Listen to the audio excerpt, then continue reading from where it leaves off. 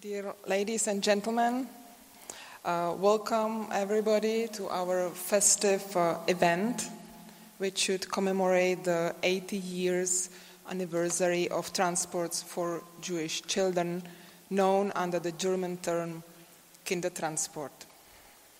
My name is Kateřina Čapková. I'm a historian coming from the Institute of Contemporary History at the Czech Academy of Sciences, and I am honored to chair this event. We are here to recall both the people and organizations who were behind this extraordinary rescue operation, which saved lives of thousands of people. And we are here also to listen to the voices of those who were rescued as children. Their story is often told as a success story. Only few people acknowledge their suffering and difficulties which accompanied their survival. Only a few years ago, we would not expect this anniversary to be that timely. The story of refugees who try to escape because their lives are threatened is again a story which should make us proactive. It is a shame that the Czech Republic is not willing to accept any refugees coming from Syria or Afghanistan. This commemoration is not only about the past. If we take our honor towards those who were helping in rescue of the Jewish children in 1938 and 1939 seriously, we should be also serious in feeling the responsibility towards refugees today. There is also another aim of today's commemoration. I suppose most of you expect us to speak especially about Nicholas Winton. We, of course, acknowledge his extraordinary work, but we also want to show his rescue activities in a broader context, which reveals involvement of many more people. We are sure Nicholas Winton would be very happy for this, our approach. He emphasized many times that Kindertransports were not based on his own initiative and work only. So we will start with two short testimonies, after which I will introduce our first speaker. The first time we felt threatened is one day we were visited by uniformed soldiers, I think, or police, I don't know. I was told they were Hungarian later on. They had pretty bright green uniforms with kind of hats with, I think, unless I'm imagining things like feathers on them. And they came into our house kind of aggressively, and they searched our house. And I just remember my mother was home, because my father was always at work, and I could see she was worried. All I know is the next day we packed everything up, and the people who we rented from were kind enough to accommodate us. They brought their horse and wagon. We loaded everything on, and we were out of there the next day. So that's when things started to happen. Where did you go? Well, my first recollection is we went to a. See, I have no idea how long the trip was or how far it was. That I don't remember. But we ended up at a place. It was a camp, all tents. Now I don't know how long we were there. Could have been a few days, could have been a week. I don't think it was that long, because I don't remember too many experiences from there. From there, I don't know how we got there. The next thing I remember, we were in this huge building, and we were with other families, multi-story, and it was in a confined area with Slovakian military or something with guards. I mean, we weren't treated badly, but we weren't allowed to leave. Okay, and I think they called them linker guards. Anyway, it was while we were there, I don't know how long, I remember this, this is when the process started of us going to England, I guess. I remember this young, blonde lady, girl, talking to my parents. I have the faintest idea what they were talking about. I remember her talking to some other families. What it turned out to be is apparently she was trying to talk them into letting my parents send us to England because there was a war coming or something like that. And I think the lady came back twice, at least. Second time, she must have convinced my parents. And let's see. You couldn't understand what she was saying? No. Later on, I thought, how come I have a blank as far as that is concerned? Then I guess just logically, in order to communicate with my parents, she had to talk either German, Czech, or Hungarian. I left my parents. We just had celebrated Purim when my father dressed up, and so the next Jewish festival is Passover. And I remember being sent to Jewish families to celebrate, the feast, which is 2 nights. I don't remember if we were sent 2 nights, but I do remember celebrating with families. Where was this? In Prague. In Prague, yeah. The Jewish section of, what do you remember? I don't know. The memories I have of Prague are kind of spotty. One thing I remember, there was Germans everywhere. This is a travel document that we were given on entering England. It says Pinkasovich Isidore, which is the name that I used which was my name when I came to England. It says male sex male, and date of birth, which I don't agree with. It says April 3rd. My birthday I used is April 12th. And it says place of birth Negrovitz, which I don't have any proof of it, but that's what they said on the document. In Czechoslovakia? Czechoslovakia. I don't have any birth certificate.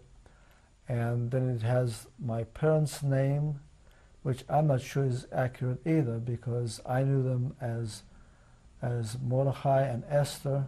There's a date on the back that says April 1938. That's when we landed, yeah. This is my village, Destina, from which I came. My father was very popular in the village.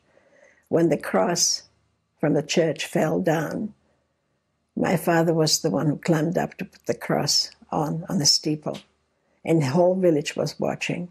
And they still remembered it. Later, when I went back one day to Czechoslovakia, they remember that my father was the one who put the cross back. And also when there was a fire in the village, my father was the one, because the mayor was drunk, my father was the one who had to go and get the fire engine and put out the fire. So I thought he was a very popular person in the village, and I thought people would look after him and he would survive. But it wasn't so. The village was reasonably secure. Nobody thought anything would happen. Who would have thought such a thing would ever happen in the village? And that we should be going to England. It was just a wild notion. However, when things happened in the village, my parents began to really think about it. And my father went and obtained passports for us. My mother started sewing and preparing for us. The passports cost an awful lot of money. I think my father must have spent, because I think at that point things began to be very difficult. And in order to get the passports, I think my father had to spend an awful lot of money to get them. But he got the passports. And they started seriously considering it. Now, people came to our house and said, how can you even think about it? How could you send the children away? But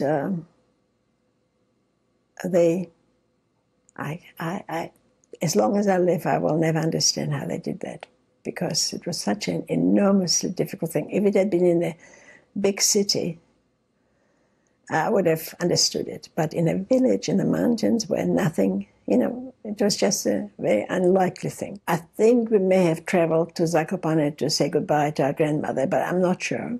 I can't remember that part at all. I only remember that we went walking around in the village to everybody, and everybody was saying to my parents, "How can you do this?" That's all I remember.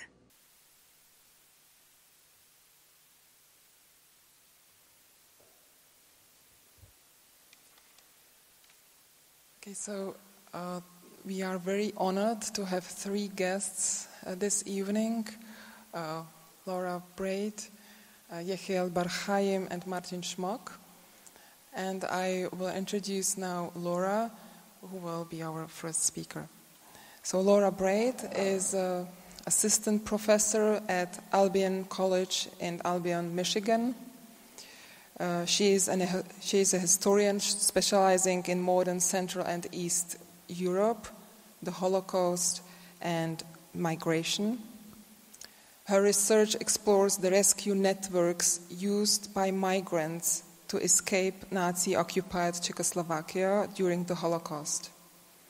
In 2017, she published an article with Rose Holmes on the Kindertransports from Czechoslovakia, arguing that operation was part of a much larger voluntary sector project to support refugees fleeing fascism.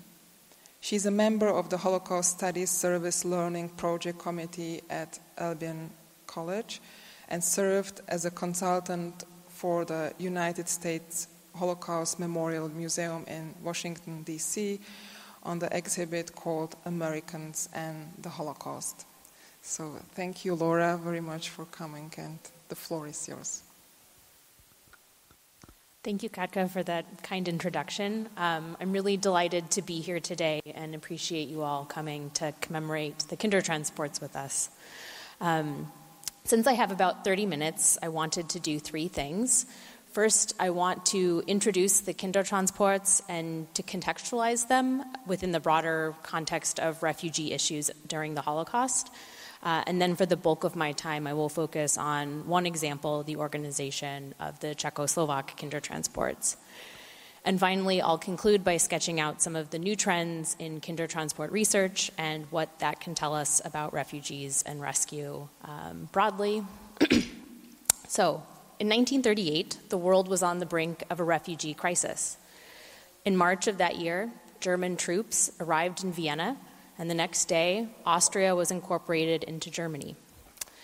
Following this event, known as the Anschluss, Austrians and Germans participated in violent acts of anti-Semitism in Vienna, stealing Jewish property, harassing and beating Austrian Jews, and organizing acts of public humiliation.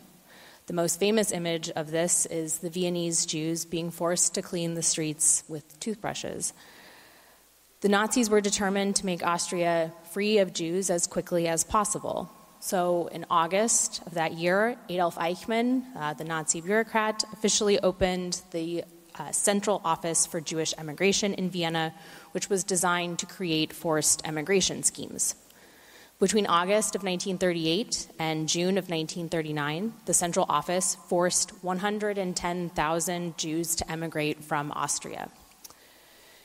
The international community recognized that the Anschluss meant that more Jews would try to emigrate from Nazi-occupied Europe. Already 1 in 4 German Jews had left Germany. So in the summer of 1938, delegates from 32 countries met at the French resort in Evian to discuss the growing refugee problem. One by one, the delegates rose to explain why their country could not accept more refugees. The U.S. delegate Myron Taylor said, quote, "My country's contribution was to make the German and Austrian immigration quota, which up to this point remained unfilled, fully available." The British representative, Lord Winterton, stated, quote, "The United Kingdom is not a country of immigration." The American weekly publication, news magazine The Time, reported on the conference, quote, "All nations present expressed sympathy for the refugees, but few offered to allow them within their boundaries. Britain, France, Belgium pleaded that they all had already absorbed their capacity.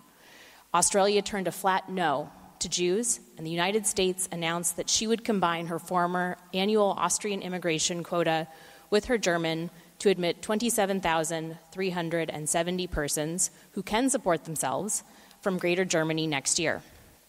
Only the Dominican Republic volunteered to take refugees, and there the dictator Rafael Trujillo believed that intermarriage with Jews would improve what he called the racial qualities of the Dominican population and bring what he called white wealth to the country. Trujillo also hoped to rebuild his reputation after his government had brutally massacred 15,000 black Haitians in 1937.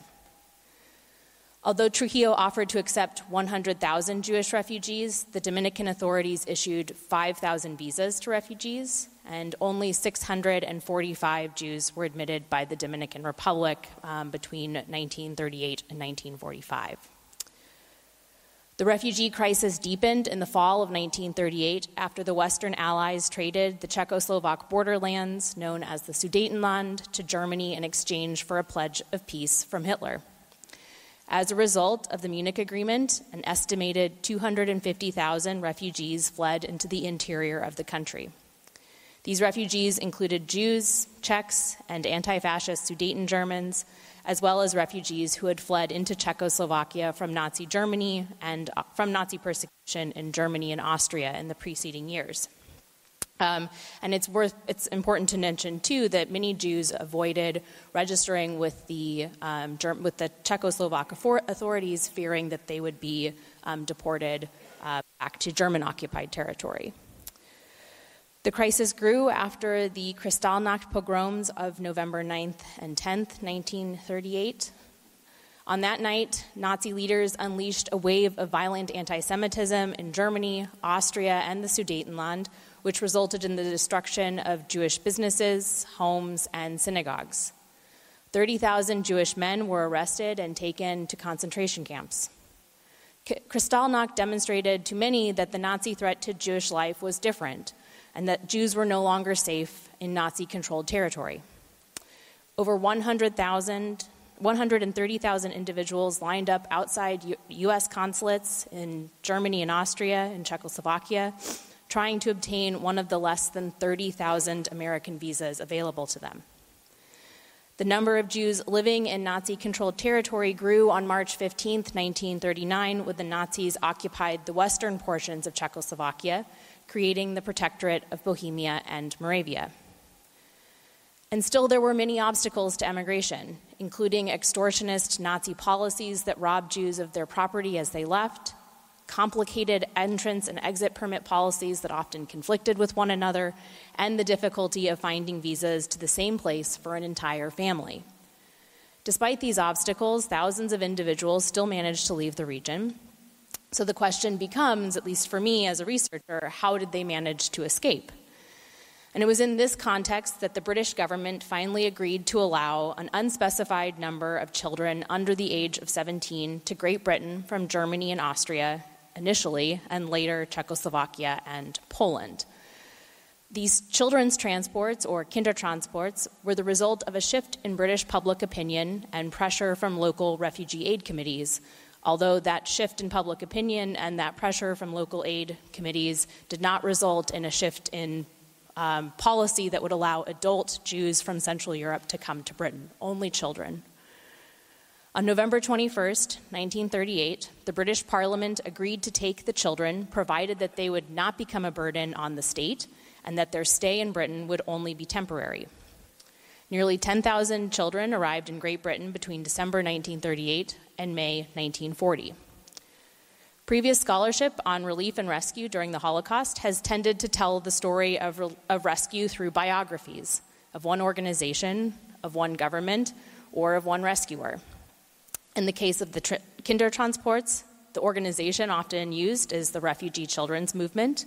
The country is Great Britain. And in the case of the Czech Kindertransports, the individual is Nicholas Winton.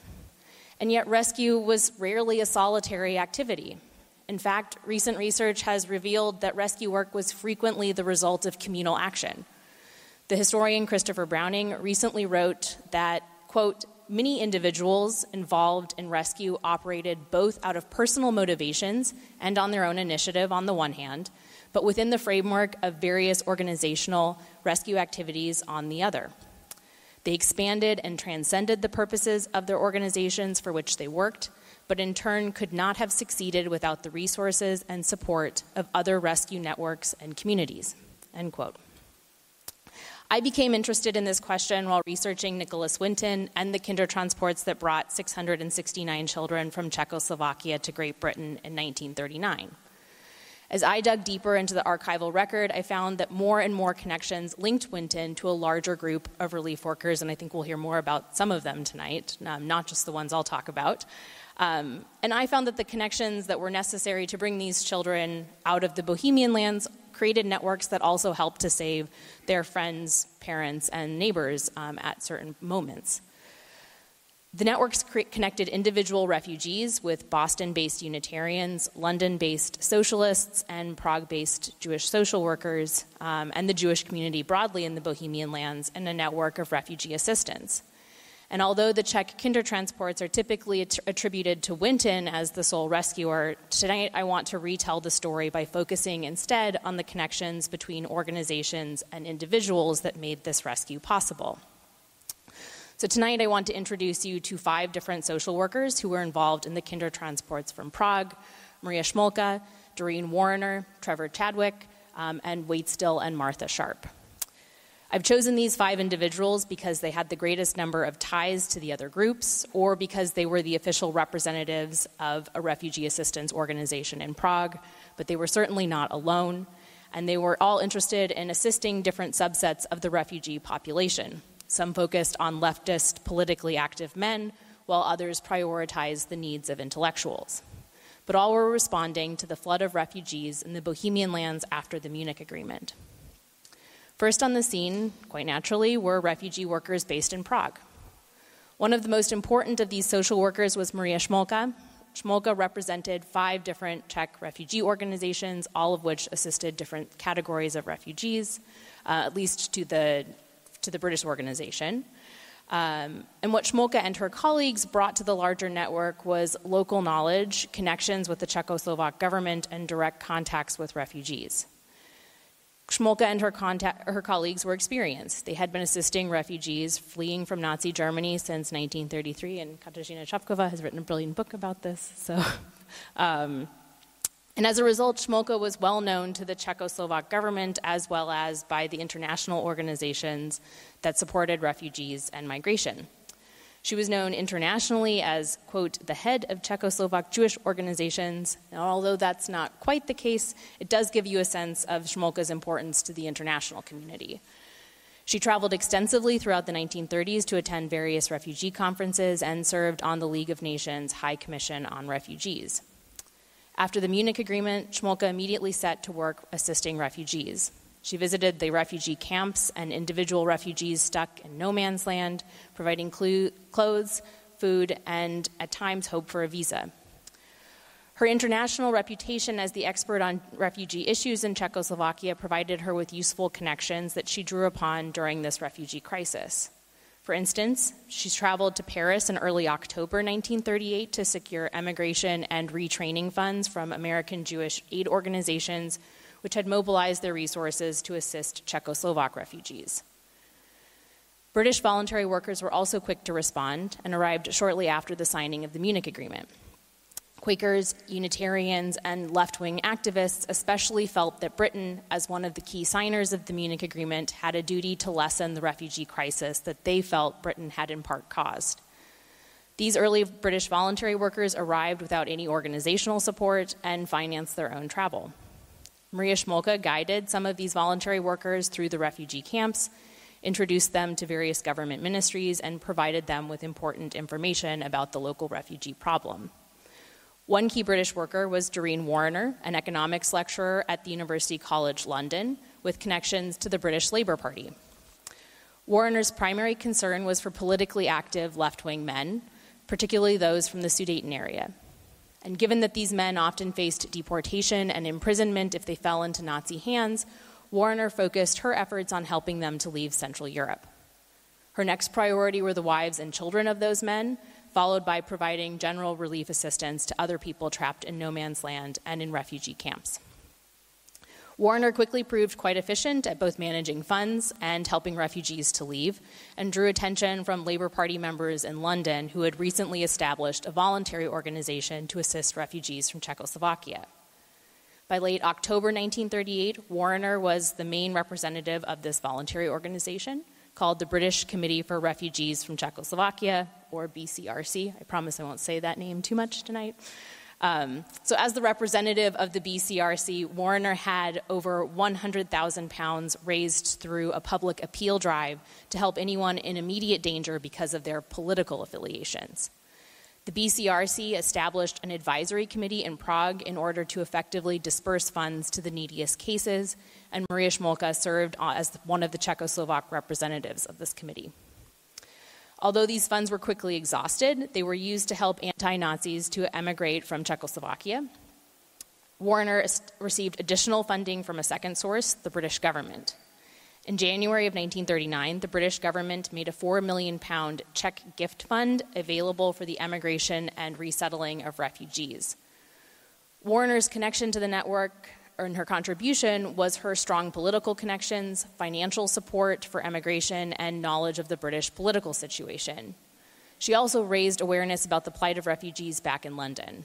Warner's efforts brought attention to the squalor in which refugee children were living in refugee camps. She wrote members of Parliament and to various British newspapers, which inspired others to come to Prague to help the children. The organization responsible for the Kindertransports broadly, first the movement for the care of children in Germany and Austria, which was later incorporated and known as the Refugee Children's Movement, was not willing to organize transports from Czechoslovakia. Still, Warner wanted to start a similar initiative in Prague, but was unable to take on the project herself, given her growing caseload. Fortunately, several people arrived in Prague around the same time who were willing to take over the children's migration project. A young stockbroker named Nicholas Winton received a telegram from a friend requesting that he come to Prague to help with the child refugees. And that telegram was co-written by Maria Smolka. After receiving this telegram, Winton decided to come to Prague to help with the refugee situation. Soon after his arrival, he met with Doreen Warner, who convinced him to take over the work with children. Warner was quite impressed with Winton's early efforts, writing, quote, "Winton is doing really splendid work for the children, and I have asked his employer to let him stay on for another 2 weeks." Winton's Organization for Child Migration was an official subsidiary section and fully financed by Warner's organization, the British Committee for Refugees from Czechoslovakia. Winton took ownership of the program to evacuate children in the same way that other relief workers had responsibility for specific refugee groups. But he was always acting under the auspices and with the funding of Warner's organization. Winton remained in Prague for only 3 weeks, until mid-January, at which point he returned to London. Still, he was determined to organize the children's transports from London, provided he had a counterpart in Prague. At the same time, a British schoolmaster named Trevor Chadwick arrived. He met with both Doreen Warner and Nicholas Winton, and then offered to serve as the Prague coordinator of the children's transports if Winton could get the necessary permits for the children. As the Prague coordinator, Chadwick was responsible for collecting applications for participation in the transports, arranging group exit permits from the Protectorate Administration, and organizing the transportation to Britain. He submitted the list of approved participants in the transports to the Nazi authorities, sometimes with less than legal paperwork, to ensure that the transports left on time. The work that the Czech and British voluntary workers did to coordinate the transports was also supported by American voluntary workers. The representatives of the American Commission for Service in Czechoslovakia, Martha and Waitstill Sharp, primarily arranged the emigration of intellectuals from Prague. But when they could, they also assisted with the selection and organization of the Kindertransports. The Sharps arrived in Europe shortly after Winton left Prague. On their way to Czechoslovakia, the Sharps stopped in England to meet with individuals who were familiar with the Prague refugee situation, primarily Unitarian and Quakers. These individuals also included a meeting with Winton, all encouraged the Sharps to meet with Trevor Chadwick and Doreen Warner in Prague. Once in Prague, Martha Sharp in particular had shared several meals with Doreen Warner and Trevor Chadwick and volunteered to pack lunches for the children's journey and to help get the children on the transports. The first transport left Prague on March 14th, 1939, one day before the Nazi occupation, on a plane almost 2 months after Winton returned to London. 6 trains of children followed, leaving Prague between April and August of 1939. Word of the transports spread quickly. Jewish parents demonstrated a significant amount of initiative in registering their children for one of the transports. One kinder remembered that her mother traveled to Prague and stood in line for 4 days to register both her and her sister for a children's transport. Still, far more parents registered their children for the transports than the organizers could feasibly assist. This was a problem for all refugee workers in this period. There were always more refugees than available aid, and refugee workers had to make difficult decisions about which cases to prioritize and whom they could and would assist. As Nicholas Winton later stated in an interview in 1995 with the United States Holocaust Memorial Museum, quote, "You have to be very tough in charitable work. If you're soft-hearted in charitable work, it becomes impossible. You really got to treat it as a business, and we had these lists of refugees, and we went by them. It's very likely that some people, through influence from knowing people or in some way or another, got on the list ahead of other people who were just as deserving, but it was impossible. Lots of people get on the lists that shouldn't." Warner and Winton, Chadwick, and the Sharps all had a hand in selecting the children for the transports. The process by which the lists of children to be evacuated were compiled indicates the level of cooperation between voluntary agencies on the ground in Prague. When Winton returned to Great Britain, he returned with a list of 500 names of children who had been refugees from the Sudetenland. The majority of the children were recommended by the refugee committees and that Maria Schmolka represented. Warner submitted an additional list of approximately 20 Sudeten refugee children who had politically active parents. 52 of the children were in fact Unitarians, put on the transport lists by Martha and Waitstill Sharp. As the number of applications to participate in the transports grew, the relief workers in Prague faced the pressure of making decisions about which children should go to England. By April 1939, it was clear to Trevor Chadwick, and he wrote this at one point, that it should be Jewishness that should be considered first, as this posed the greatest problem and threat for children in the Bohemian lands. Accordingly, Chadwick began working closely with Prague Jewish officials to identify and select the children. Organizing these transports required a great deal of ingenuity to overcome the myriad of obstacles. For the children to leave Prague, they each needed to have registered with the British Committee for Refugees from Czechoslovakia Children's Section, secure an exit permit from the Nazi authorities and an entry permit from the British government, prove that they had both financial assistance and a willing guardian in Great Britain, as well as obtain train and steamship tickets. The Jewish religious community in Prague, Trevor Chadwick, and Nicholas Winton all assisted in the procurement of these documents, as did Nicholas Winton's mother. The Jewish community and Trevor Chadwick both worked with and around the Nazi authorities to obtain exit permits, purchase tickets, and organize the transportation.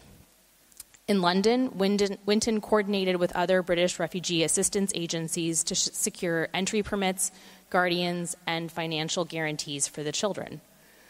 When Chadwick returned to England in June 1939, the Jewish religious community in Prague took charge of organizing the final and largest transports of children.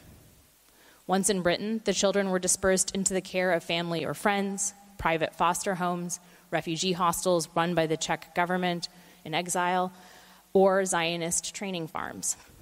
Once they were placed into the care of others, the organizers of the transports had almost no interaction with the children. The lack of contact between the refugee workers and the children for decades, the very understandable impulse to want to thank someone for saving their lives, and the popular resonance of stories about altruistic rescuers has resulted in the construction of a myth around Nicholas Winton as the sole rescuer once the story of the Czech Kindertransports resurfaced in the 1980s. This myth obscures the extensive work carried out by international voluntary workers and politically active individuals, especially women, as well as the work that Jewish parents did in getting their children on the transports. Winton was just one of many, and while he would do essential work in London to coordinate the entrance permits, other voluntary workers were more instrumental in other aspects of organizing the departure of the transports, selecting the children, and helping their parents to leave, if possible. The example I just shared with you is one part of the story of the Kindertransports. But this example demonstrates that rescue was often a collaborative and international humanitarian effort that took lots of organizations and individuals to make possible. There are other aspects of the Kindertransport that we'll explore tonight, one of which is the voices of the Kinder themselves. New research using testimony, and especially of the Visual History Archive that you'll be hearing throughout the evening, have demonstrated that the popular narrative of the Kindertransports, which the historian Tony Kushner has called a redemptive narrative, often obscures the Kinder's trauma of separation from their families and their struggles with understanding their identity and exile, as well as their internment at the Isle of Man during the war in Great Britain. Next summer, Indiana University Press will release a new book by historian Jennifer Craig Norton based on her excellent dissertation called The Kindertransport Contesting Memory. Craig Norton compares testimony with new archival sources to demonstrate the interactions between Kinder and their parents and the Kinder and their caregivers, interactions that have often been lost in the popular narrative about the Kindertransports. Since I only have a few minutes left this evening, I wanted to explore with you some of the broader implications of the example I just introduced. One of the most basic things about this story is that it prompts us to think about how the parents of the children were actively involved in coordinating the flight of their children. It also encourages us to think about how Central European Jews were key figures in organizing their escape and their community's escape from Nazi-occupied Europe. Women like Maria Schmolka and other members of the Jewish community in Prague assisted other Jewish refugees to arrange escape. Finally, this example shows that the Kindertransports, like many other rescue efforts, were not the result of one individual working in isolation. Nicholas Winton certainly played a crucial role in the rescue of 669 children from Czechoslovakia. This was truly an extraordinary accomplishment. Winton was not looking to be a hero, he simply felt compelled to do something. And he was not alone. Others felt compelled to contribute their energies, skills, and resources to help refugees. These same conclusions also apply to the Kindertransports from Germany, Austria, and Poland, as well as other rescue operations during the Holocaust. Real change takes a lot of individuals modestly doing one piece, doing their part. Humanitarian intervention in Prague in the turbulent months before global conflict was messy, and prodding at this messiness challenges the simplistic stories about one heroic man who saved trainloads of children. Thank you.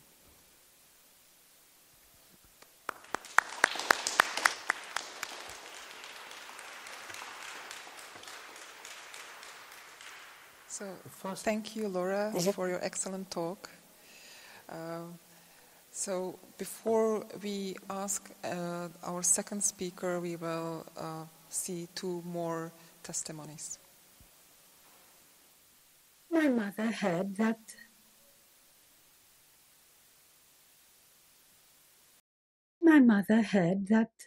there was a possibility of Jewish children coming to Britain on children transports, and she went to Prague and found out all about it, actually through Aunt Marta and through through Uncle Gustav, who put the names of their sons down on this for the transports.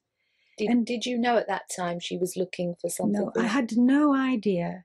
All I knew is that she had our photographs, my sisters and mine, professionally taken.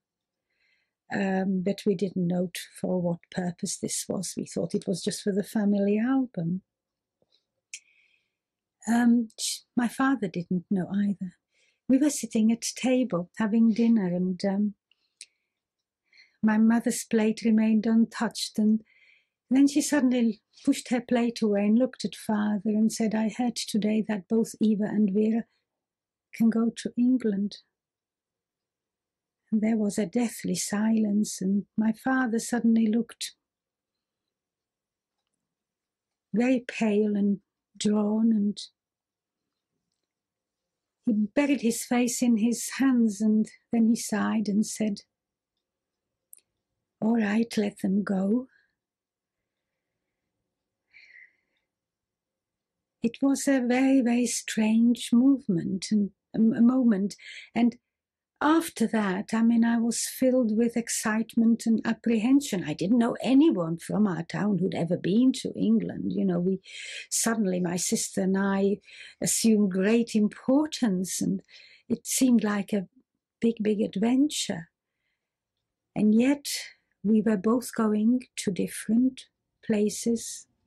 I to a family in Liverpool I knew nothing about, and my parents knew nothing about, and my sister to a school in Dorset. We were going to be separated. I remember Mother buying materials and taking us to the dressmaker and having a completely new wardrobe made for both of us to send us to England. And everything was made to fit, nothing allowed for growth, because the only way our parents could sustain themselves, could sustain their optimism, was by saying to themselves and to us, "You'll be back within a year, you'll see." Had we entertained the possibility that we might be separated for years or forever, as was in our case, they probably would not have had the strength to do it.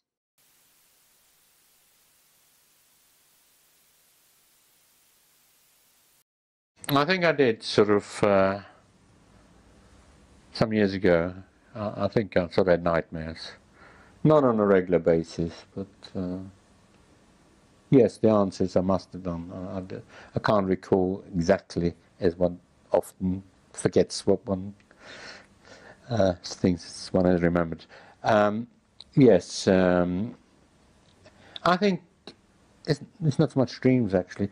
As one gets older, you'll probably get to that stage, one becomes more nostalgic, and I think it's the thinking back, it becomes more frequent, and on the basis what could have happened if things had been different. That's a copy of my own birth certificate. It is a copy, you can see, because it has got the swastika on it, and it shows that I was born in 1926. Somewhere it actually tells you what time. It says I'm a boy, and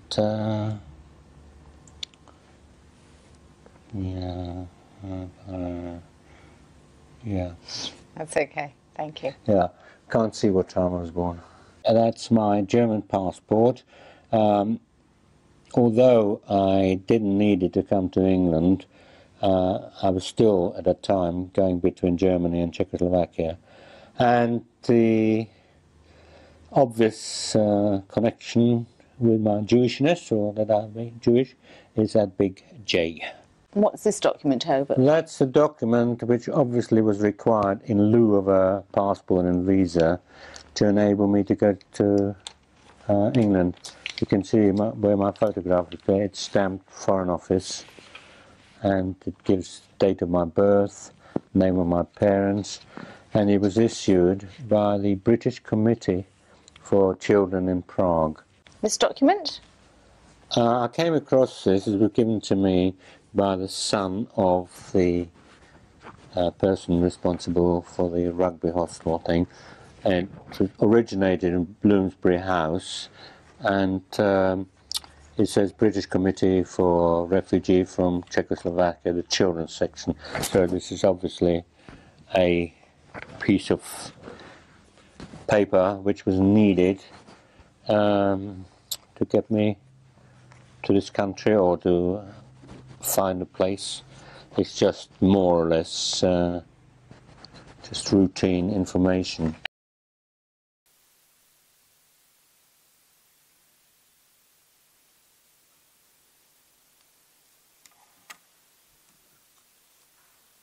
So our next speaker is Yechiel Bar Chaim.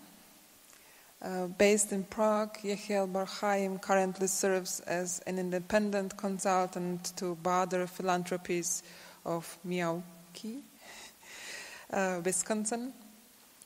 Since 2014, his particular focus has been on how to assist marginalized populations, most particularly Czech Roma and Israeli Arabs and Bedouin with disabilities.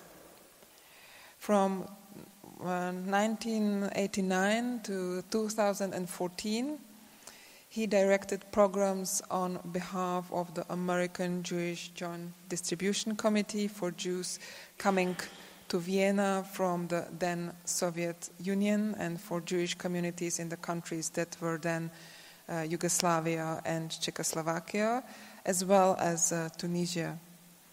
His cooperation with Dr. Alfred Bader goes back around 20 years or more, and the story of Alfred Bader will be in core of his talk. So thank you, Yechiel, very much for coming.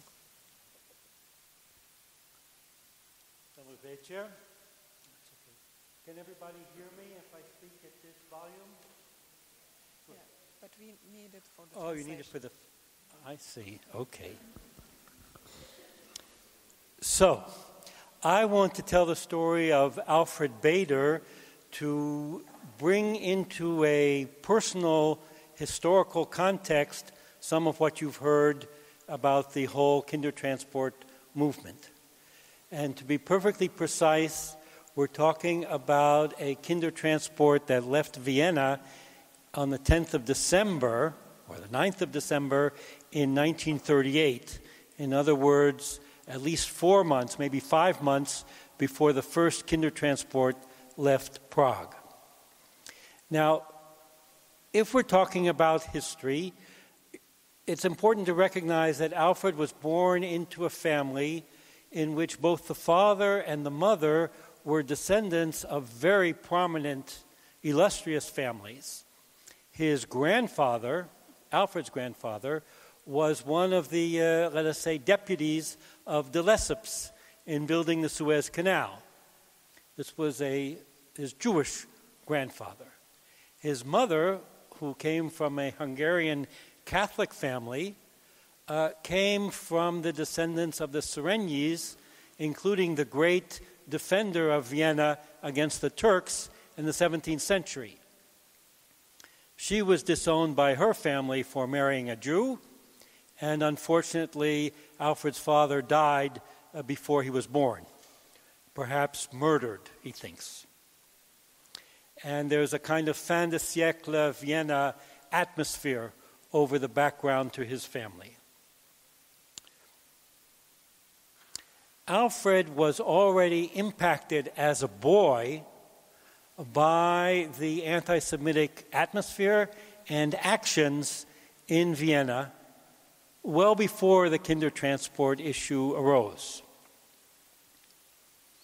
And I want to give some conceptual names to the process that he went through. The first idea is awareness.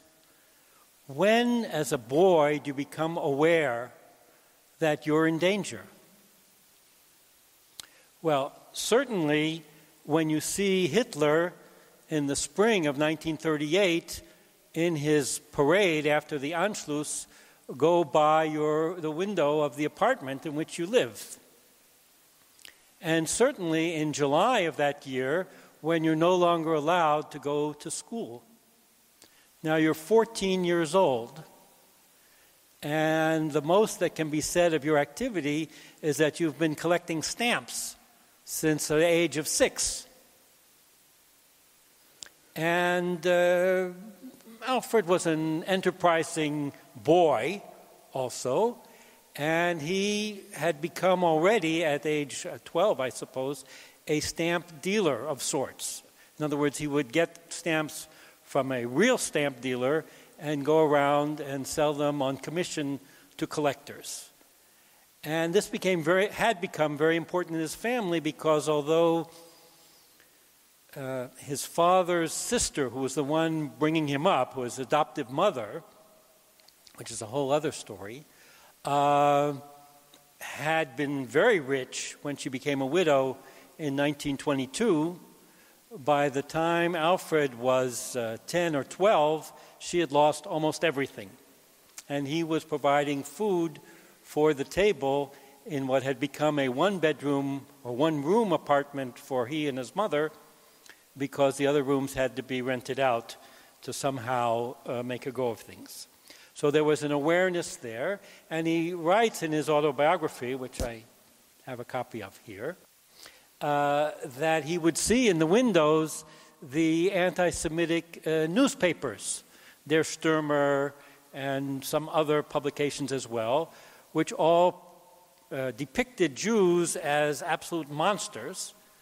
And as a young boy, he couldn't understand it because the only monsters he knew about were the Nazis, including his biological mother's husband, who was a member of the Nazi Party and who was sent to jail for a few months for attempting to rape Alfred's sister.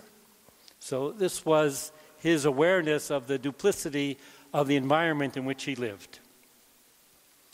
The second important mental construct is realism.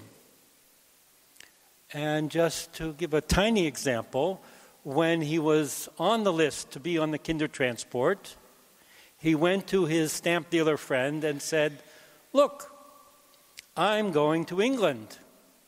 What stamps should I take with me so I can continue to earn some money there?" And someone reading this is sort of incomprehensible in this state of fright and terror that he is as realistic and enterprising as to make plans. A third element, and I really want to focus on this, is resilience. Here he is about to leave the only home he's ever known and go off on his own to a strange land. He doesn't say anything about not knowing English. I don't know what that story was. And how do you keep your spirits? How do you keep your courage? How do you manage? And when he writes the little that he says about the Kindertransport is that he was so glad the Germans didn't find his stamp collection. Now, I'm getting carried away and ahead of the story because we have a little clip by Alfred himself. And so, Martin, if you could play that, and we'll catch up. Here's Alfred about 15 years ago. My mother, Mutterle, who had been very wealthy at my birth, her husband, who died 2 years before I was born, had been a multimillionaire. And he was the managing director of the oil company which supplied the Austrian-Hungarian army with oil during the First World War. He died in 1922.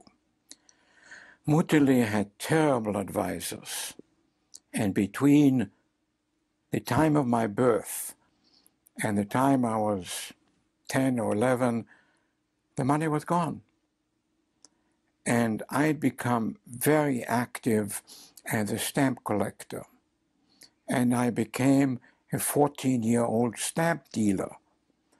And I was using the money that I was making buying and selling stamps to buy food for home. Kristallnacht itself, Mutterle woke me up early. I mean, I'd gone to bed. The temple, which was 2 blocks away, was burning. On every other corner, there were these newspapers, 2 newspapers, the Völkische Beobachter and the Stürmer, published by a miserable, vicious anti-Semite Streicher. And all of our people were depicted as blood-sucking, miserable characters. But of course, we knew better. Mama came over and wanted to take me back. But Mutterle said, "Look, this is my adopted son. He is a Jew. You can't take him back. She adopted you formally? Yes. In the courts? Yes, but many years earlier. By that time I was 14. Shortly after the Kristallnacht, it became known in Vienna that the British government had offered 10,000 visa for Jewish kids who had no family outside Germany and Austria, for kids between, I think, 12 and 16. And Mutterli signed me up.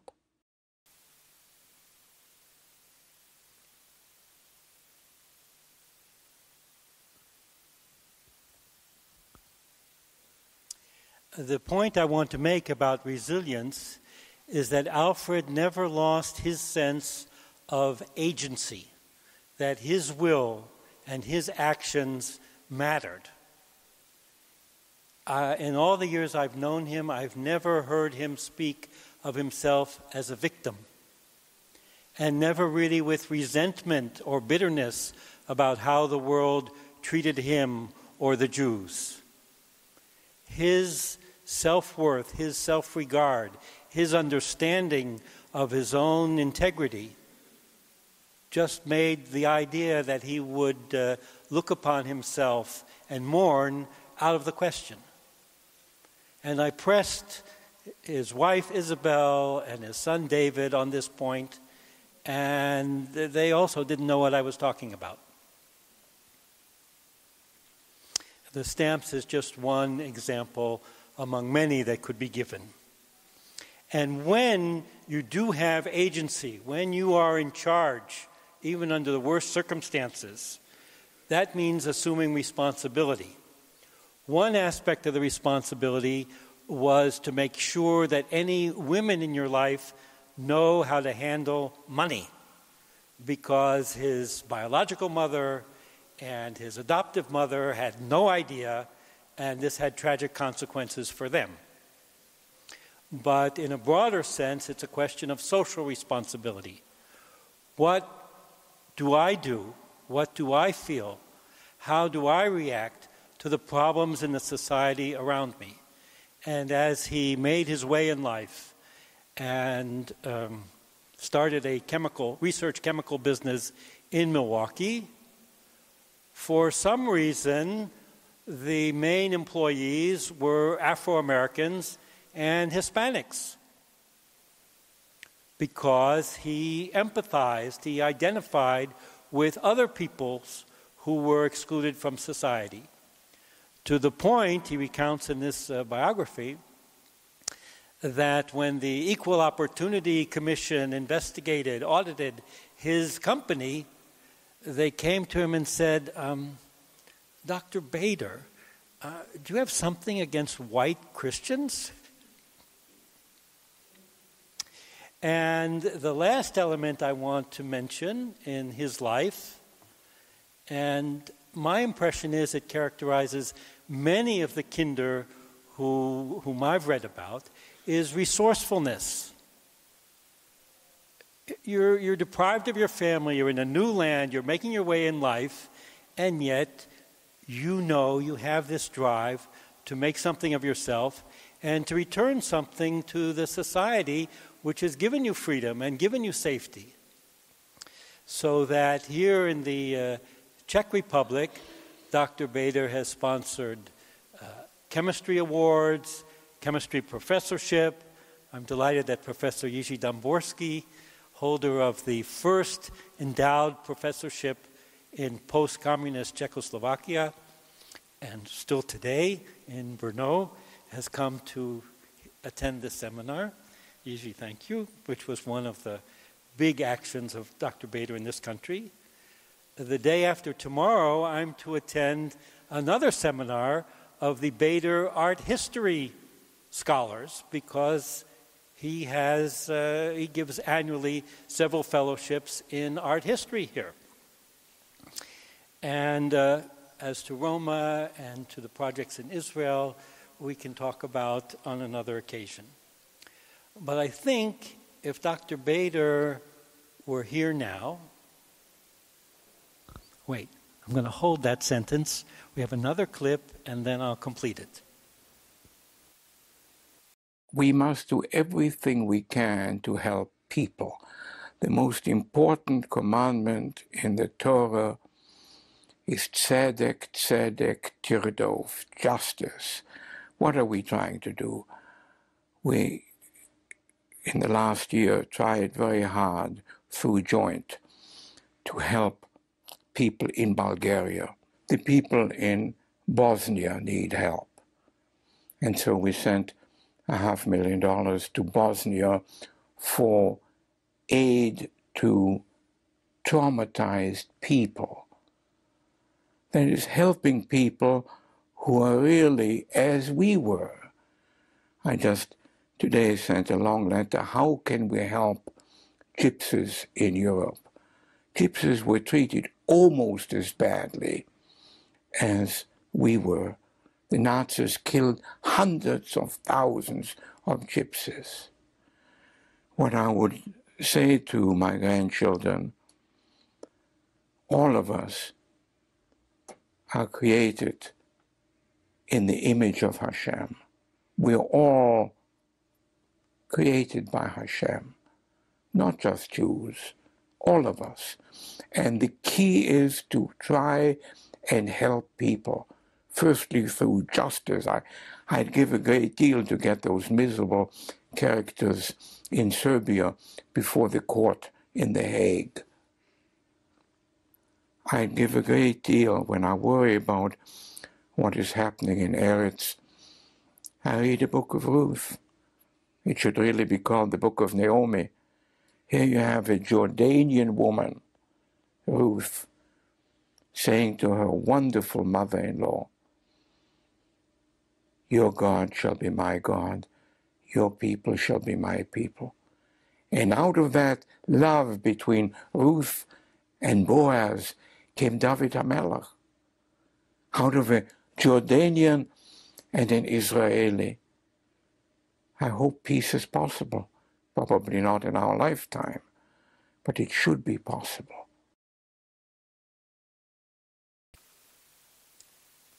Now, if Dr. Bader were present this evening, I think he would be upset that I spoke about him in this way, because the main message, it seems to me, that he would want to say on this occasion is a message of gratitude. Gratitude to others. Gratitude in particular to the Quakers who went to Adolf Eichmann in Vienna and negotiated the Kindertransport within weeks of Kristallnacht, within weeks of the possibility of leaving. Eichmann didn't want to deal with Jews. Jews weren't allowed to go to the railroad station. And it was the Quakers, first of all in England, who manipulated, or what's the right word, agitated in the British Parliament for this act to be passed, which was, I think, I want to say, a stinging rebuke to Neville Chamberlain, who only 2 months before had made this country defenseless by abandoning it, along, of course, with the French, who took French leave of Czechoslovakia as well. But the Quakers were the ones who were ready in England and who were ready in Vienna, despite their small numbers and their lack of standing in a German-speaking country. They negotiated the Kindertransport, and they brought him to safety. And I know that Dr. Bader would want to express this great debt of gratitude, and he has demonstrated that ever since. Thank you.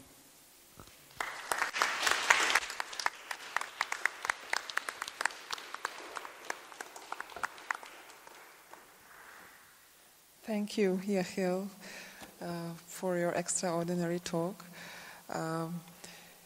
And we I have now the third speaker. We are also honored by his presence here.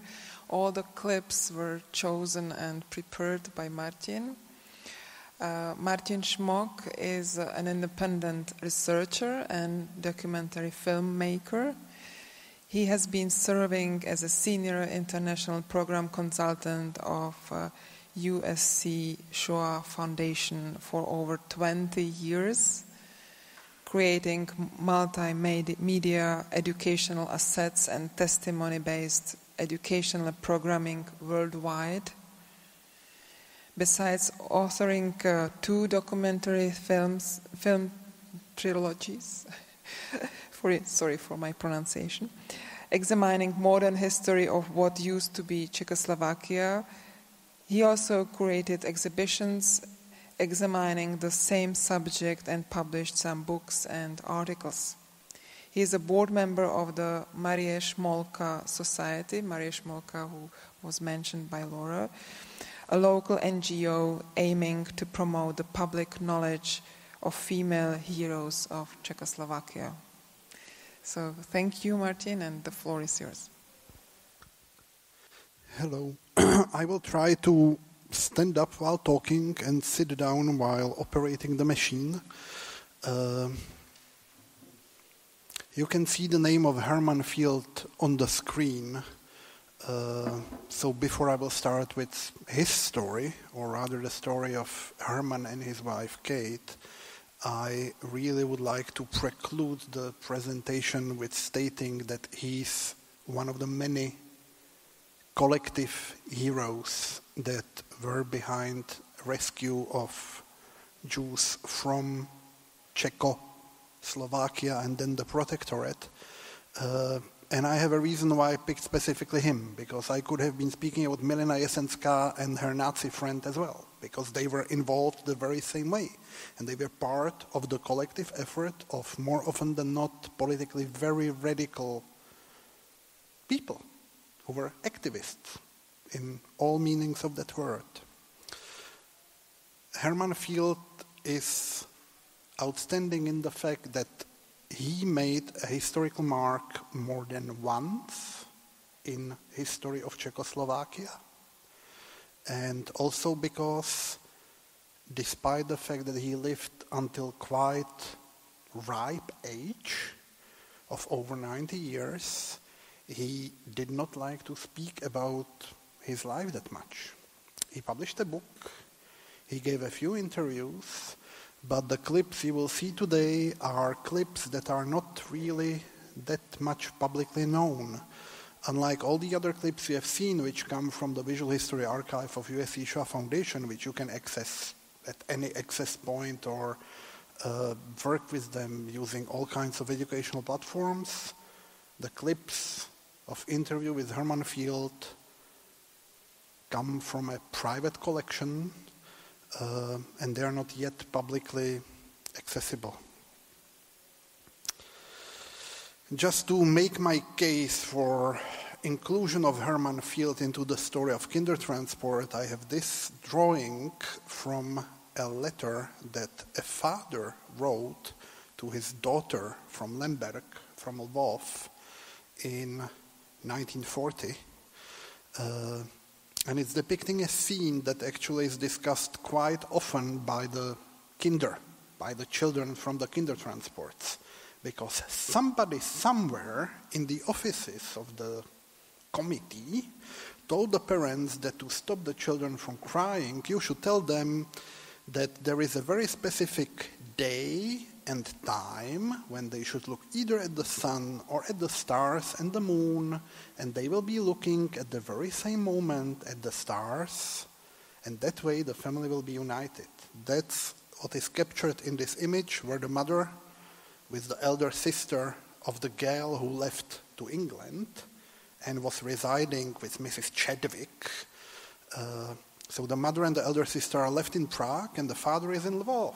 Why is the father in Lvov? Well, he was trying to join the daughter in England by taking the last route possible from occupied Czechoslovakia, which was through Poland. And he got caught, He was deported to Nisko, and he ran away from the Nisko camp, and he joined the other Czechoslovak refugees in Lvov. We actually have pictures of all those people. This is the mother. This is some of the Red Cross correspondence between the mother and the daughter living with the Chadwicks in Dorset. We have a picture of the daughter. At that time, Gerda Stein from Karlsbad, a refugee from Sudetenland. And this is another leitmotif. We keep talking about Kindertransports, and in the media we often hear how the Kindertransports and the Winton trains saved children from the Nazis. Well, while the Kindertransports were being prepared, they were being saved from the Second Republic, not from the Nazis. And the kinder who were being discussed as the potential clients were refugee children from Germany, from Austria, and mainly from Sudetenland, like Gerda, who was a refugee from Karlsbad, here pictured with her father. And we have a picture of the father taken in Lvov after he was arrested by the Soviet authorities as a British spy, because he was writing all those letters to his daughter, who was in England, because she went there with a Kindertransport. He was arrested, deported. He did not survive the war. What is fascinating is that, of course, this being the Soviet Union, a Jew is a Jew. So it is in his papers. Nationality, Jewish. Claims to have Czechoslovak citizenship, but he has no papers, no passport. The discovery of this document should be credited to the team of the Institute for the Study of Totalitarian Regimes, and namely Adam Hradílek, who risked a lot by actually going to Ukraine and bribing his way through to the NKVD files there. This is the first clip where I will let the fields talk about how they got involved. When the Munich Agreement came, many people felt that the English had let down the Czechs, and that we felt we should do something about these refugees. And there was a committee formed by the Lord Mayor of London and Walter Layton, who was the chairman of the News Chronicle newspaper, which was a liberal newspaper in the English sense of the term. And his daughter, Margaret Layton, was at college with me at Cambridge, Newnham College, and she became executive director of this group. I was only involved in finding accommodation. Eventually we had approximately 8,000 refugees from Czechoslovakia, and I was responsible for finding housing for 3,000 of them. A lot of them we managed to arrange went into private homes. I was very interested in the refugee work. She was involved in for Czech refugees at that time. And I was just completing my architectural job and went back to Switzerland to finish that up. And then came back from Switzerland with the idea of really going back to America at that point, which meant goodbye to Kate, but also I felt very involved with Europe, and I felt very strange at the idea of leaving all this. At that point, a suggestion had been made by one of the refugee group leaders in London of the Czech refugees. Needed somebody to go into the Reich's protectorate. And somebody came up with a bright idea that maybe an American could go, and yes, maybe Herman might like to go. So, seems terrible with hindsight. We got poor Herman involved in this, but he did a good job. Awful, isn't it? To get involved, you know. This poor innocent American coming overseas, and the English get him involved in their relief work. Those refugees who hadn't yet been issued visas were stuck, and all communication had broken down. And this, I think, applied especially to the communist refugees. The British government was neutral. They accepted all refugees who were victims of fascism. But the communists were handled rather slower because it was more problematic, and so a lot of them were stuck there. And the concern was, how could we get them out of there? They had British visas, they didn't even know it. And so somebody had to get there, and they decided that a British person would almost certainly be caught by the Germans because they had no respect for the British at that time. And the idea came then, well, what about an American? And so, well, Kate knew an American, it was me. And so I was asked, would I be willing to do a very secret undercover operation by going around the Gestapo into the Reichsprotektorat in Prague and try to locate these refugees and try to get funding, which I had authorization for them, to then bribe their way out of the Gestapo if they were caught, or in any way to get money to go illegally across the Czech-Polish border, because that was the only way you could get out. Poland was an open border. Austria had been seized. All other countries were working against Czechoslovakia. And so I just said yes, I would, and they arranged a pretense operation that I was going to try to pick up a film at the Barondov Film Studios in order to have it shown in England. In fact, it was to be shown, and it was stuck. But that wasn't really my mission. And so that was my assignment, because the Nazis, the only way the Gestapo would allow anybody into the Reichsprotektorat gebiet if it was on business of interest to Germany.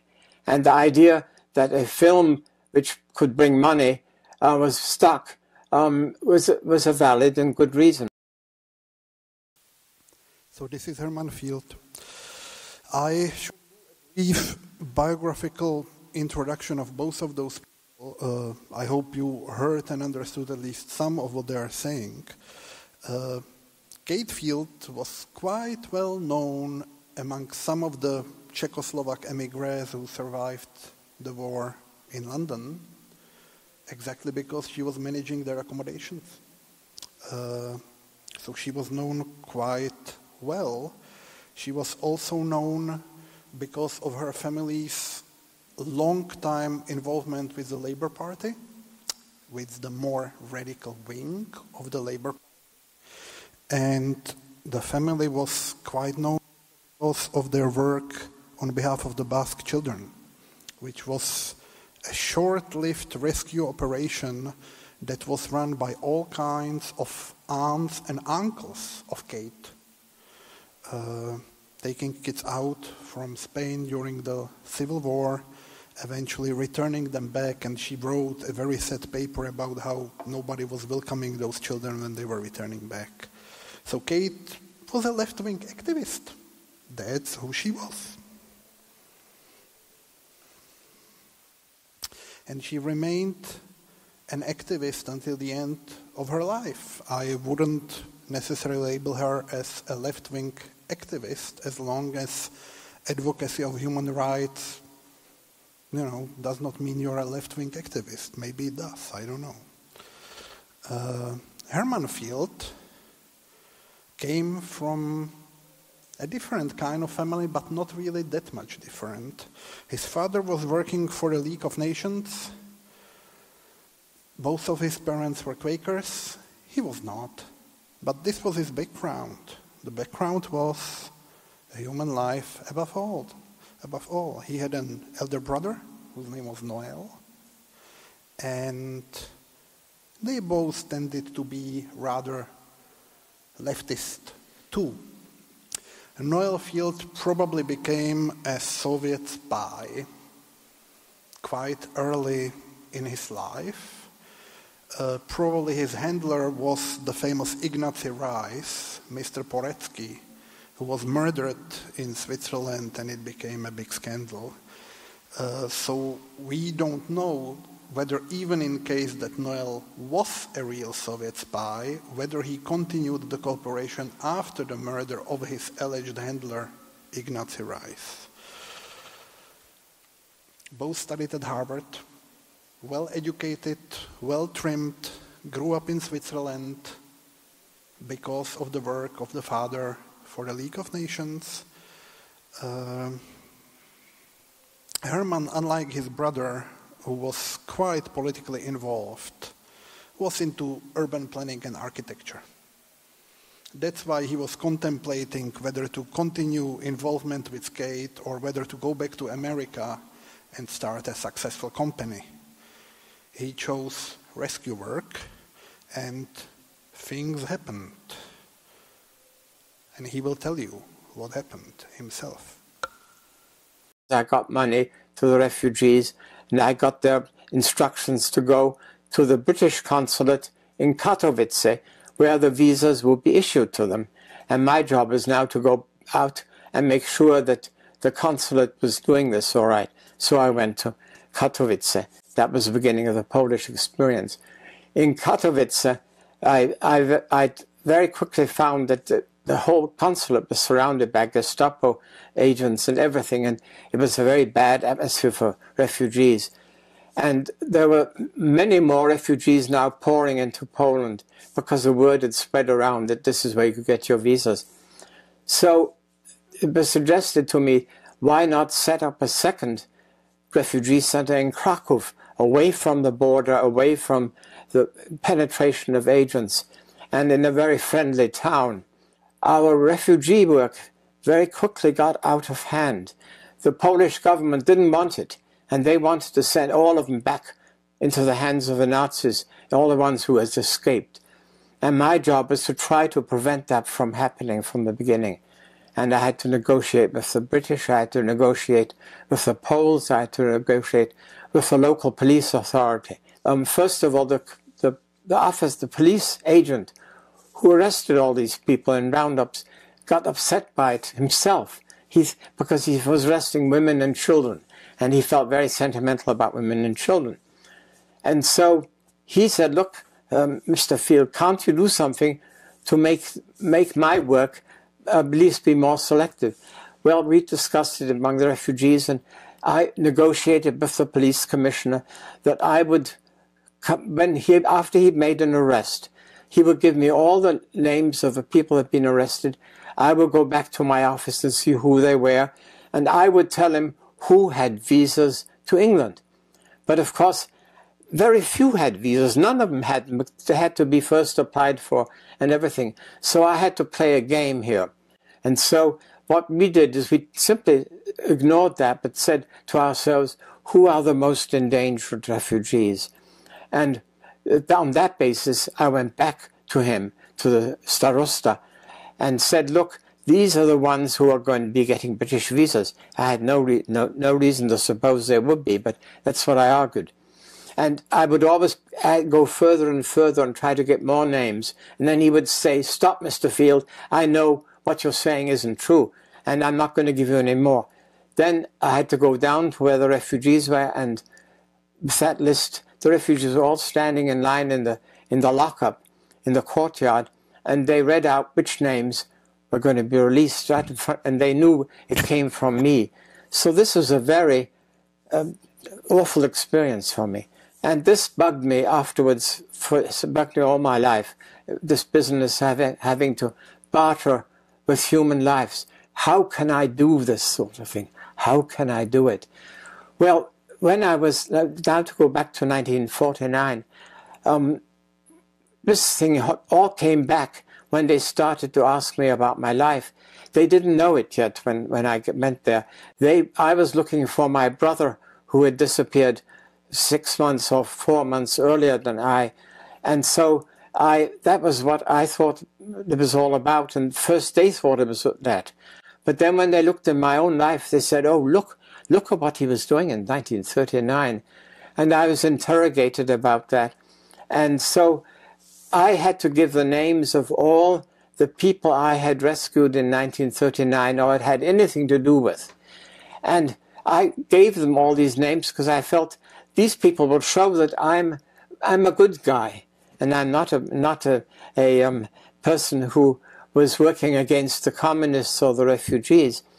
But the sad thing is, they then went to these people and picked them up and said, look, Field is a known American agent. He says he worked with you.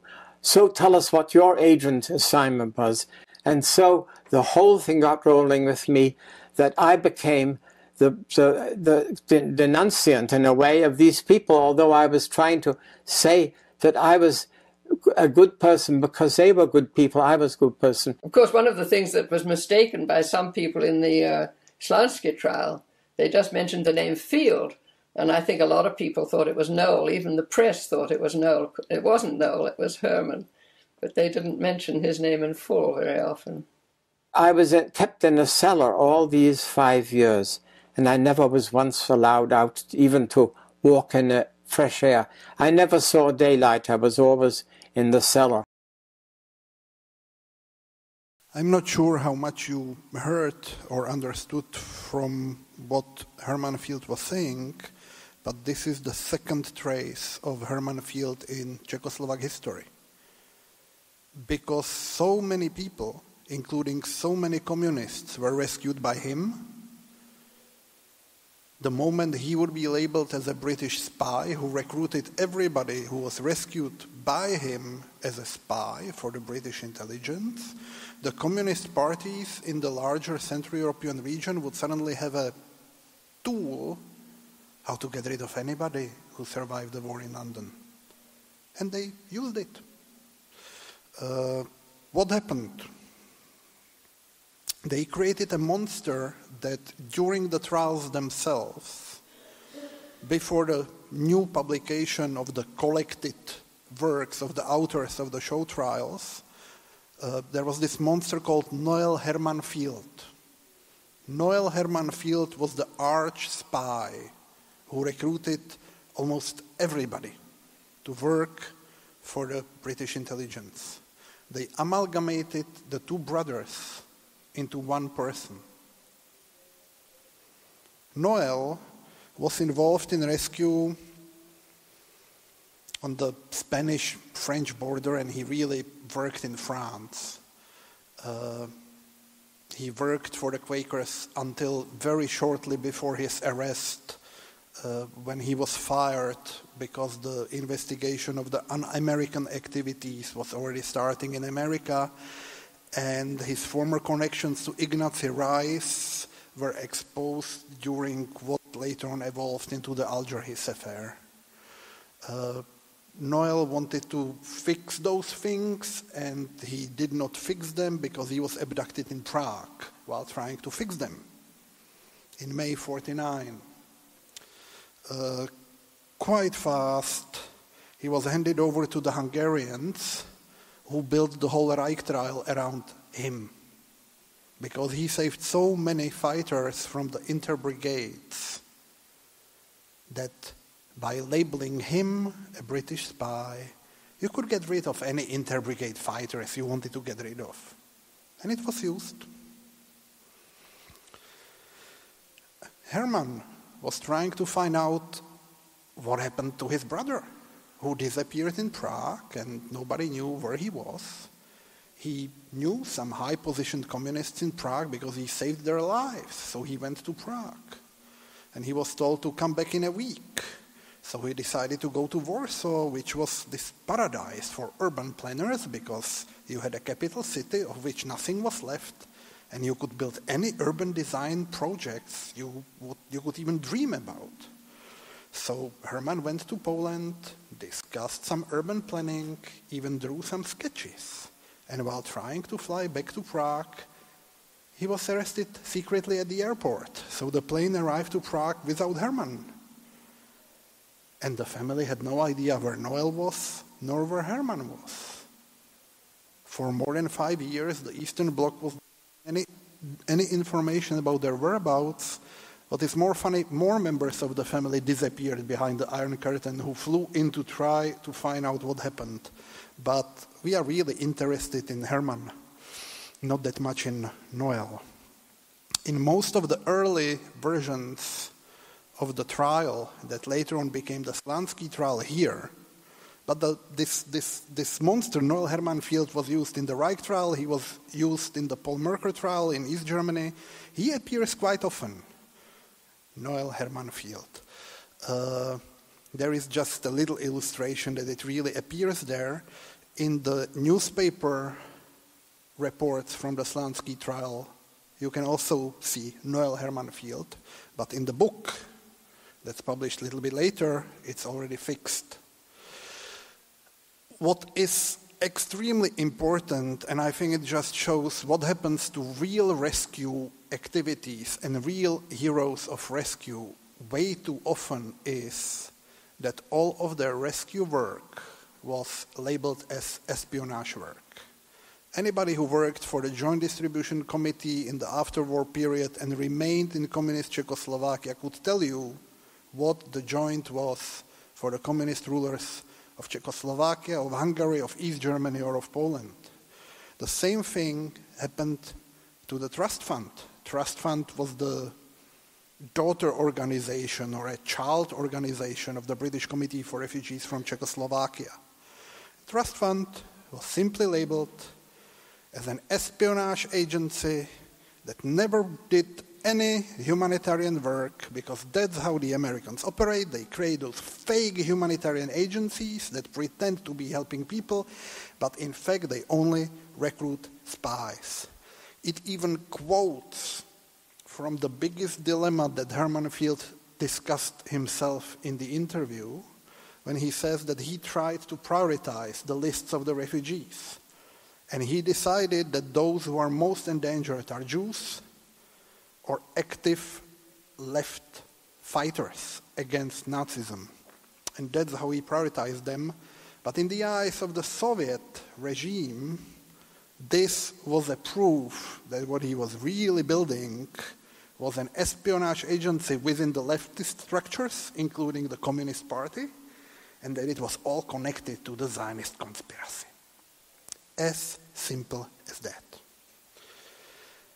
In the later transcripts from the Slansky trials that were published in the book, it's beautifully cleaned up. Hermann is Hermann and not Noel Hermann. But you can read quotes that are like carbon copies of the quotes about the Joint, about the Bricha, or about any kind of a refugee assistance activist today. Navenek ve stylu metod britské vránoucí třídy means pretending to be a charitable organization following the methods of the British ruling class, pretending to be supporting the emigres from occupied Czechoslovakia. In reality, this was an espionage organization which, in the closest cooperation with the espionage agencies of the British Ministry of Interior, filtered the emigres, worked them, and continuously manipulate them in the concept and ideology of the English imperialist policy. The two people whose testimonies talked about Hermann Field the most, the two people who were used in the initial stages of the construction of what became the Slansky trials, were Eugen Lebel and Wilhelm Nový. They were the first people arrested, and interestingly enough, they both survived. They both were secretaries to Hermann Field in Poland, and they escaped together with him to Romania. So it all nicely connects. The only difference is, for intelligent people like us, it's a story of rescue.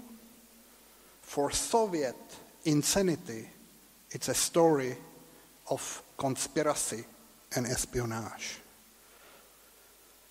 There is more and more of it. I can send you all the links.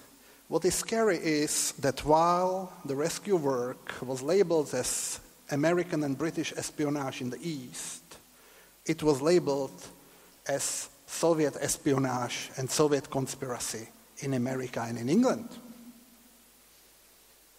The same claims you can find about the fields, and in my opinion, Noel really was a Russian spy. So let's keep it with Herman. The same statements you can find about Herman in the writings from the time of the Slansky trial. You can find the same things in the FBI file that was kept on him. Doreen Wariner had the same file with the British. Why? Because they were politically active and they thought refugees deserve help. If I had more time, I can go on and on, bringing you to my conclusion why it's important to talk about the other members of the collective hero that was behind the rescue, not only the Kindertransport, is people who are involved in real rescue don't like talking about it because it's dangerous. Nobody in power likes activists who think that saving human lives is more important than keeping laws. That's why there is so little primary memoir material from the people who were directly involved. And that's why, besides surviving everybody, the story of Nicholas Winton as the sole rescuer is so popular. He wasn't politically active. He was just a stockbroker. It's safe. So that's my explanation of the long silence about rescue, which I hope we will eventually, together, break. Thank you.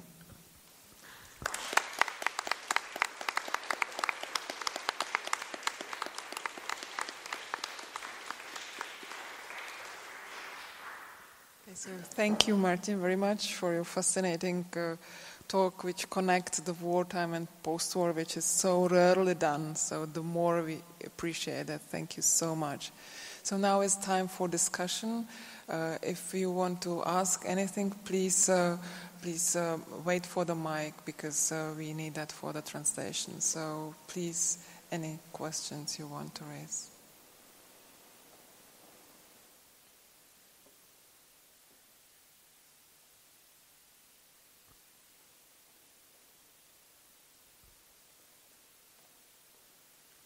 Well, I don't really have a question. I just want to say that what you've said really confirms in many respects the work that I am doing. My name's Lucinda Martin. I'm a historian at the University of Erfurt, and I'm just starting a project recording the stories of people saved by Quakers, as well as the last Quakers who remain and can tell us their stories. And I really liked what Professor Braid said about networks. That's what I find over and over again. Quakers like to network with others. They themselves built on older networks. They were able probably to achieve so much because after every conflict in Europe, Quakers were there with food, with medicine, going back to the Crimean War, with World War I. And even, in working out with Eichmann and some of the deals they worked out with Nazis, it was because soldiers remembered being fed by Quakers after the First World War. So I guess I just want to say I'm really thankful for what I've heard today. And maybe I think some of what I'm working on can maybe add a few wrinkles. Since we're in Prague, I have one really interesting witness who I've interviewed who talks actually about what he remembers, and he's actually written several letters to British newspapers complaining that it's only Winton who gets remembered. And he says actually it was two wealthy Quaker ladies, and a Unitarian lady, and these ladies had wads of money in their stockings, and they went around using that money to get people on the trains. And he even later sought out the Quaker ladies and was able to thank them for their participation. So that also sort of confirms what you said about the role of women, which I think is one reason this story has also not been told. It's much more sexy for Hollywood to talk about a Winton than it is to talk about little committees of Quaker ladies. So, yes, you know about my project now, and actually I'm just getting the project started, and I hope it's going to be a multi-year project, and I'm still looking for funding, so anyone who has ideas about that, please see me. Thank you very much, and thank you for coming to Prague from Germany for this event. It's very kind of you. Thank you so much. So any more question, comment?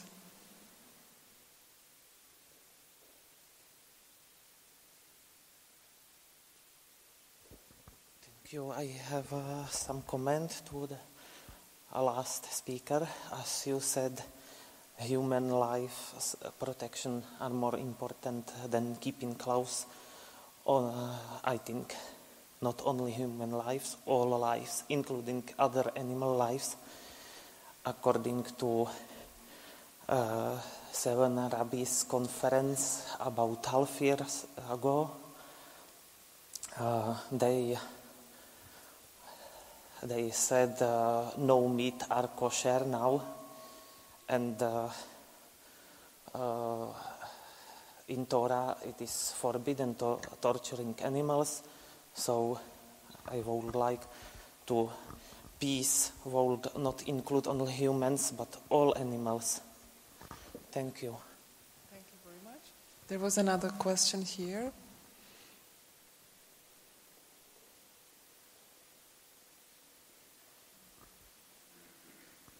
Nothing to you, Martin, sorry.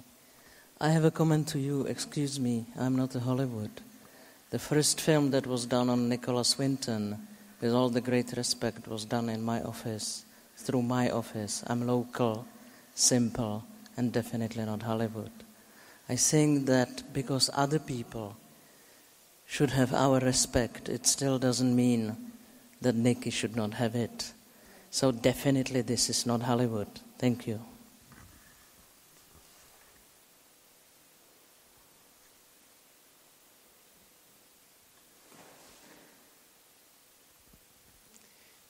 Any other question or comment? Yeah.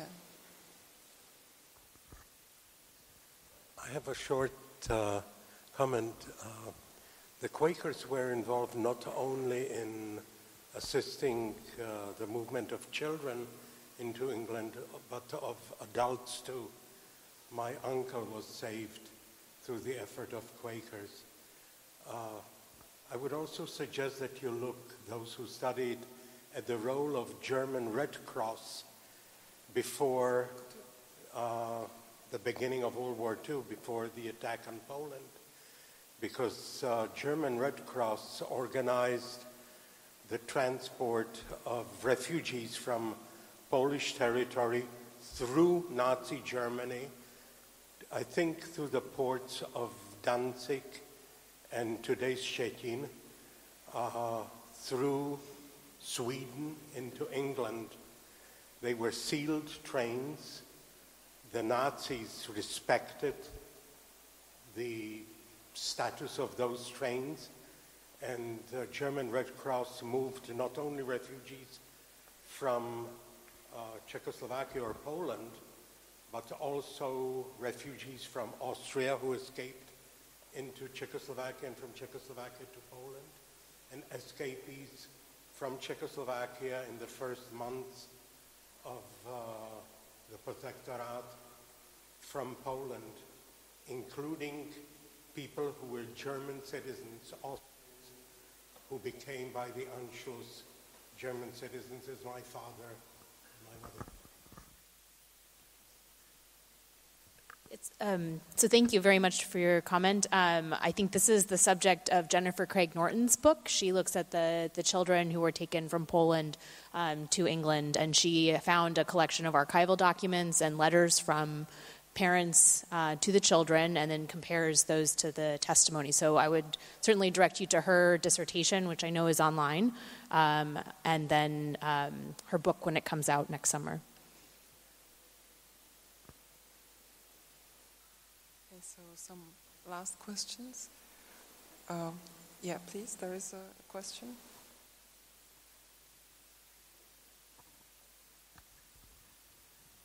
And one of the first things that were presented was a copy of a German passport.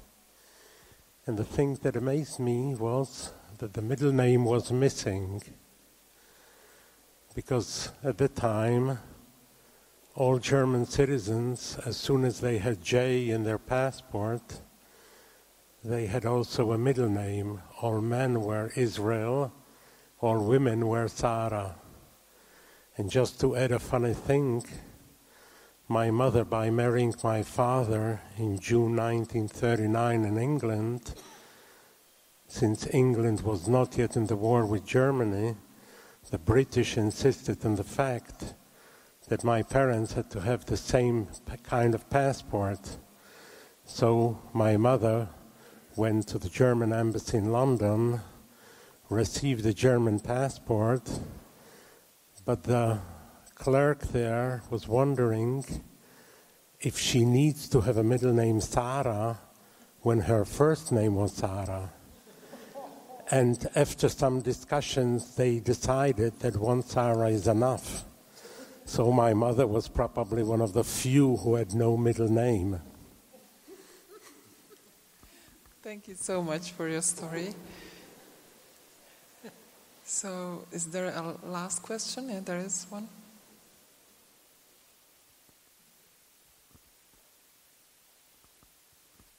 I'm afraid it's not a question either, and I wonder, probably what we've heard from you was enough to digest, and I'm very grateful to what I learned tonight. There was lots of new things. But I would just like to say, Lucinda mentioned the last Quakers that you wanted to interview before they die out.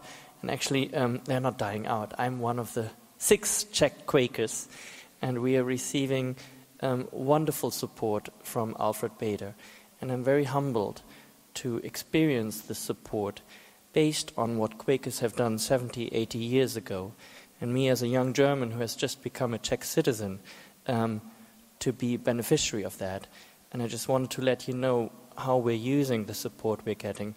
We've just created over the last year the Prague Peace Trail.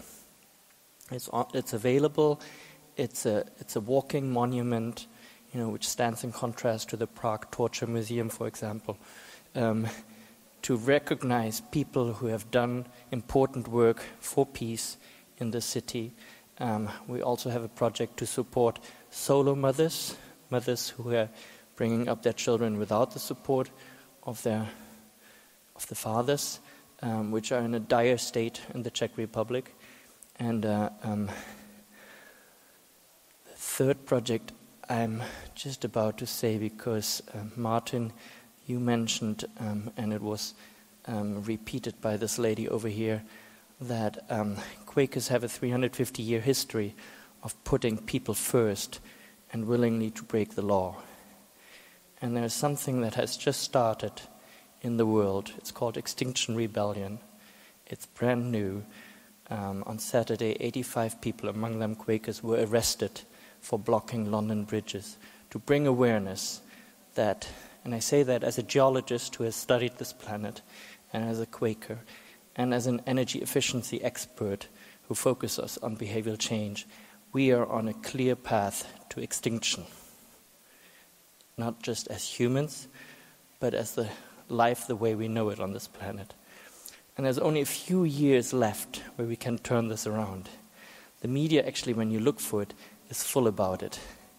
And I encourage you to join me and others with this Extinction Rebellion. So it's very much looking forward, coming from the history. But I think this is probably what a lot of people who were involved in this would have liked us to do, to look forward. Thank you very much. Okay, so thank you very much for your comment and contribution. I also would like to mention that this whole event was also made possible thanks to Bader Philanthropies. So I would like to thank also the representatives of the Bader Philanthropies here among us for their support. And I would like to thank you very much for coming, and please enjoy the evening. Goodbye.